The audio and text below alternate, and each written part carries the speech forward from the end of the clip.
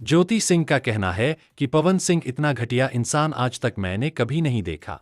जब भी उनको जरूरत पड़ती है तो अपनी पत्नी को अपने पास ले आते हैं और सबको बोलते हैं कि यह मेरी पत्नी है, और जब काम निकल जाता है तो अपनी पत्नी को ही अपने ही घर से निकाल देते हैं। आप लोग को तो याद होगा ही, काराकाट से विधानसभा का चुनाव जब लड़ रहे थे तब ज्योति सिंह के पिताजी के नंबर पर कॉल करके ज्योति को चुनाव प्रचार में बुलाए। चुनाव जैसे ही खत्म हुआ, रिजल्ट आया, पवन सिंह चुनाव हार गए। ज्योति सिंह को वापस बलिया भेज दिए। किसी को बोलते हैं मतलबी इंसान। अपना मतलब निकाल लिए पवन सिंह। उसके बाद ज्योति सिंह को अपने पास रखने से इनकार कर दिए।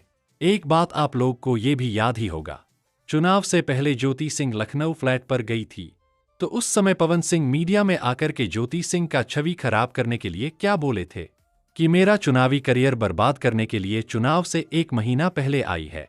आपका पति चुनाव के पहले उतना दिन से याद नहीं आ रहा था, चुनाव के ही समय क्यों याद आया?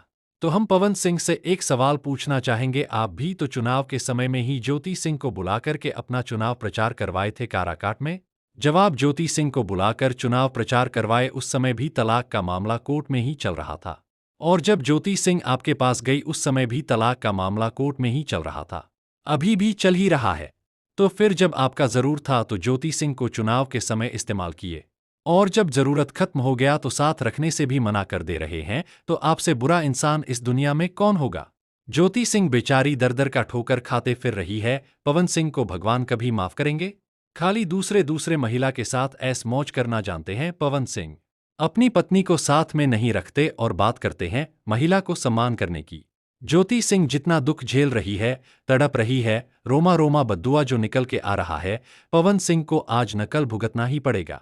भगवान ऊपर से देख रहे हैं और पवन सिंह को माफ नहीं कर सकते। अभी उम्र है तो जितना प्रताड़ित करना है कर लें, जितना ऐस और मौज करना है कर लें। जब शरीर ढलेगा, उम्र ढलेगा, तब फिर ज्योति सिंह का याद आएगा पवन सिंह को।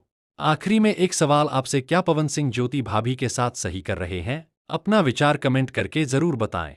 और जानकारी अगर अच्छा लगा हो तो चैनल को सब्सक्राइब करके जुड़े रहें। वीडियो को इतना ही पर खत्म करेंगे। जय माता दी।